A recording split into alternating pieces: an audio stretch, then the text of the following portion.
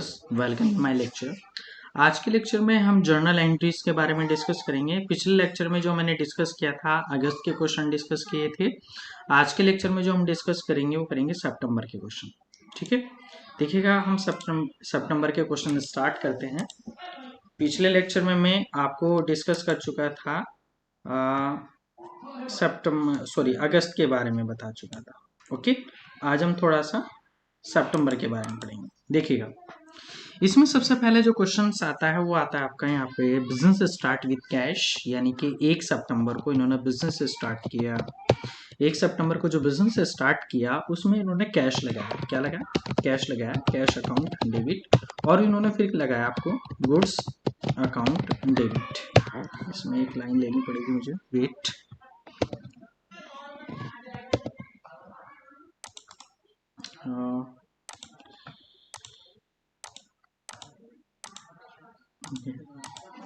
Goods account debit, ठीक है,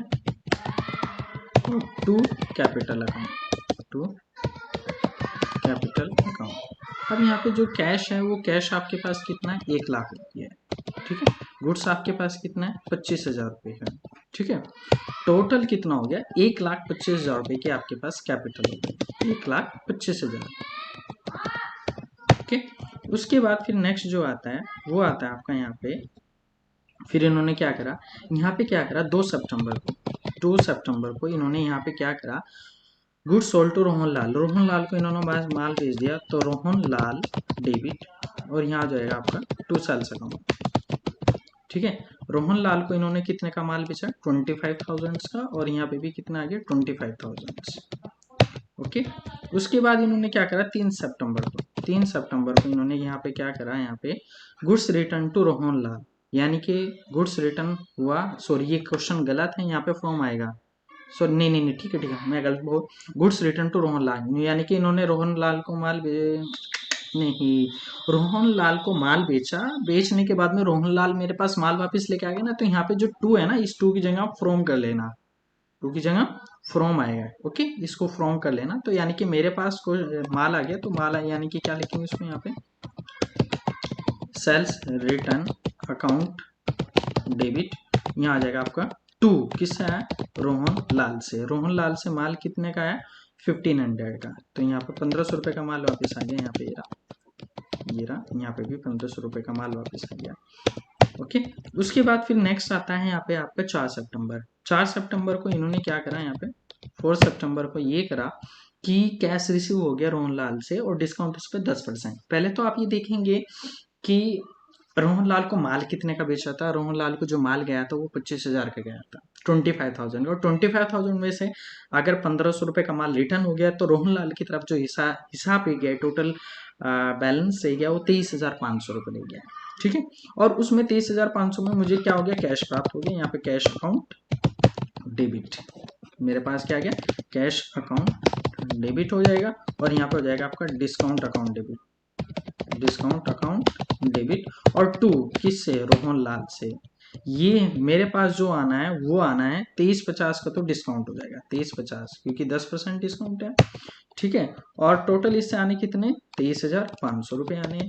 अब इसमें हमें क्या करेंगे, अमाउंट अब हमारे पास कितनी आनी है? अमाउंट हमारे पास जो आनी है, कैश कितना आना है, इस वाले बैलेंस को इसमें से माइनस कर दिया, तो ये बैलेंस आपके पास आ जाएगा 21,150 रुपये, यानी कि 23,50। ठीक है, तो ये 23,50 इधर आ जाएगा आपका।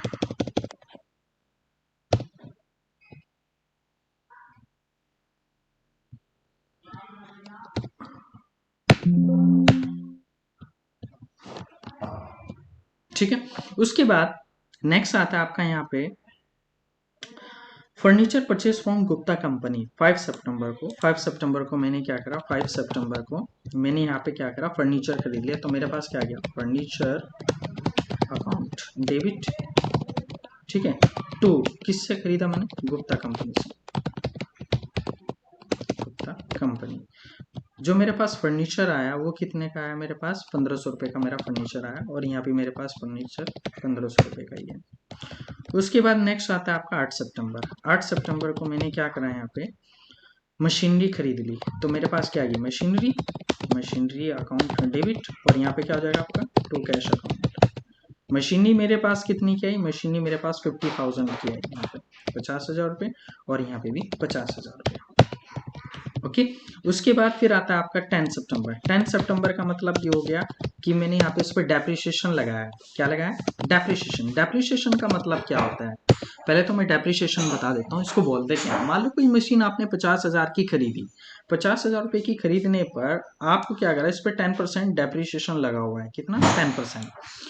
तो जब आप इसे बेचेंगे तो वो 10% के लॉस से बेचेंगे। तो यानी कि अगर 50,000 का आप 50,000 का 10% निकालें तो आपको 5,000 रुपये का डेप्रिसिएशन, यानी कि 5,000 रुपये का लॉस हो गया। तो उसका मतलब वो मशीनरी जो सेल होगी 45,000 की, लेकिन अभी फिलहाल जो डेप लगा वो कितने का लगा? 10%। तो 50,000 का 10% कितना हो गया? 5,000। तो यहाँ पे आ जाएगा डेप्रिसिएशन अकाउंट डेबिट, और वो डेप्रिसिएशन किस पे लगा? टू मशीनरी अकाउंट पे। आपका यहाँ पे कितना आ गया? 5,000 और यहाँ पे भी 5,000। ठीक है, उसके बाद फिर आता है आपका 12 सितंबर। 12 सितंबर का मतलब हो गया आपने स्टेशनरी परचेज करी यहाँ पे, यानी कि 10 सितंबर। 12 सितंबर का यानी कि मेरे पास क्या आ गई? स्टेशनरी अकाउंट डेबिट, यहाँ पे हो जाएगा टू कैश अकाउंट। स्टेशनरी कितनी की आई आपके पास? स्टेशनरी आई मेरे पास 100 रुपीज, और यहाँ पर भी 100 रुपीज। ओके, यहाँ पे लाइन रह गई शायद।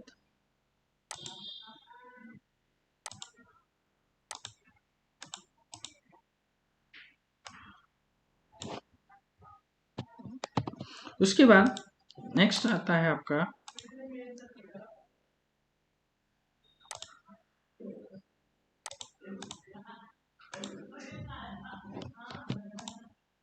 एक मिनट, या तो इस बॉर्डर में गड़बड़ रह गई है, लेफ्ट बॉर्डर और फिर राइट बॉर्डर भी लगा देता हूँ, हो गया सही। उसके बाद 12 सितंबर के बाद अपना cash receive from Gupta company 500, यानी कि आपने क्या करा यहाँ पे 15 सितंबर, यहाँ पे आपको कैश रिसीव हो गया, तो कैश अकाउंट डेबिट टू, यहाँ पे आ जाएगा आपका गुप्ता कंपनी, गुप्ता कंपनी। तो यहाँ पे जो आपके पास कैश आया वो कितने का आया आपके पास? वो आया 500, और यहाँ पर भी 500। ठीक है, उसके बाद नेक्स्ट आता है आपका यहाँ पे आपका 16 सितंबर। 16 सितंबर को क्या है आपका कैश रिसीव हो गया सुंदरलाल से, cash account debit, discount account debit, क्योंकि इसमें डिस्काउंट भी है 25 रुपये, और टू यहाँ पे आ जाएगा सुंदरलाल। जो टोटल आना है यानी कि 2,025 रुपये आना है, 2,025 रुपये आना है। डिस्काउंट कितने का? 25 रुपये का, और टोटल कैश कितना हो जाएगा? 2,000 का।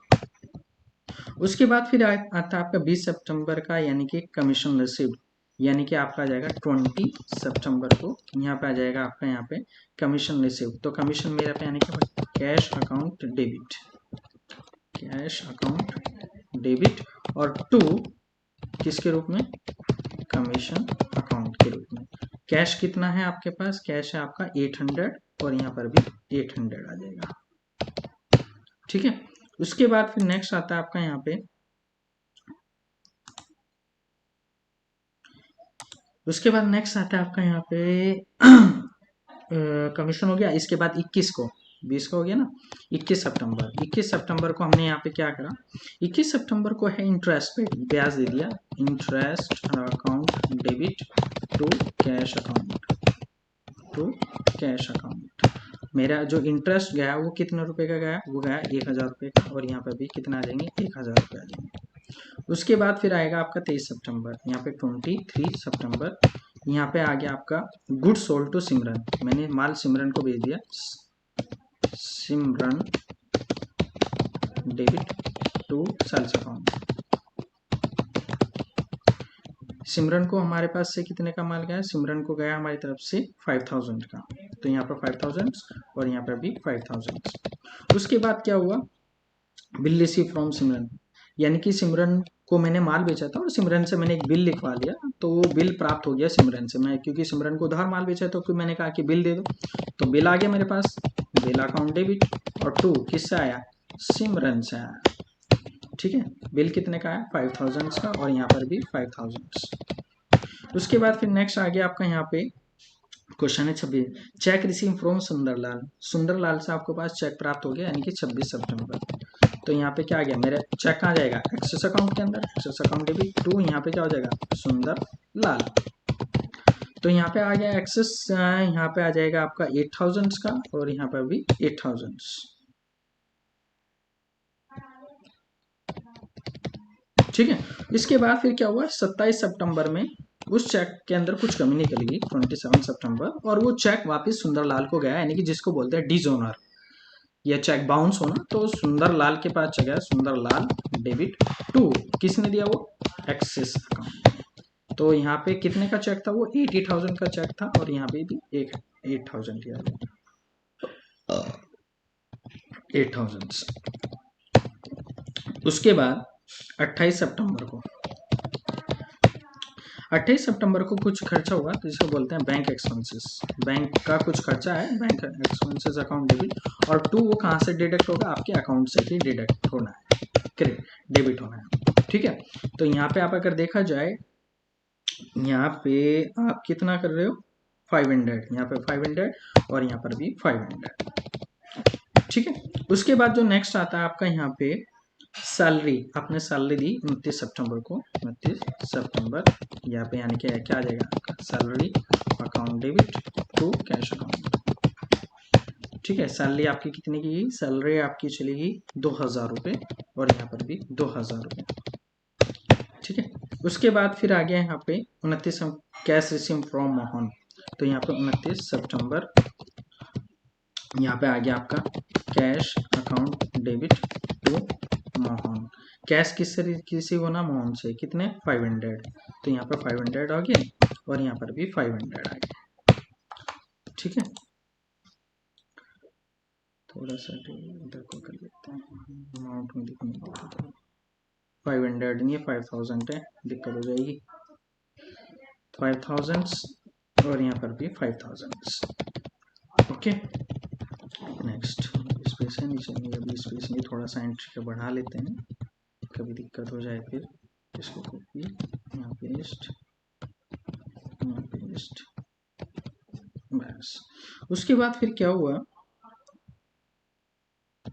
यहाँ पे हुआ कि goods sold to Gupta company, आपने गुप्ता कंपनी को माल भेज दिया 30 सितंबर, तो यानी कि गुड माल किसको गया, माल बिल को गया गुप्ता कंपनी का, तो Gupta company debit to sales account, कितने का गया, 1835 का, तो यहाँ पर भी 1835। उसके बाद फिर क्या हुआ, 30 सितंबर के बाद फिर पोस्ट ऑफिस एक्सपेंसेस हो गया, पोस्ट ऑफिस का मान लो मेरी कोई बुक वगैरह है, उसमें कुछ खर्चा वगैरह आ गया, और वो मैंने 1500 रुपये पे करा, तो यहाँ पे आ जाएगा आपका 30 सितंबर, तो यहाँ पे आ जाएगा post office expenses account debit to, वो मेरा एक्सिस बैंक द्वारा ही हो गया, Axis account to Axis account, कितना हो गया, ये हो गया आपका यहाँ पे 1500 रुपये, 1500 रुपये। इसके बाद में फिर क्या आ गया आपका यहाँ पे, ये है 30 सितंबर।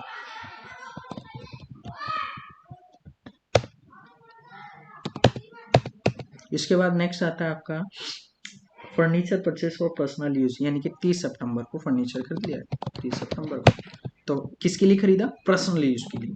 जब भी कोई एसेट्स खरीदे, माल खरीदे, और उसके साथ हमेशा पर्सनल आ जाए, तो उसको प्रायोरिटी हमेशा पर्सनल यूज को मिलेगी, जिसे बोलते हैं drawing account debit to cash account. ठीक है, ये आपका कितना है, ये है आपका टोटल फर्नीचर परचेस 7000, यहाँ पर भी 7000।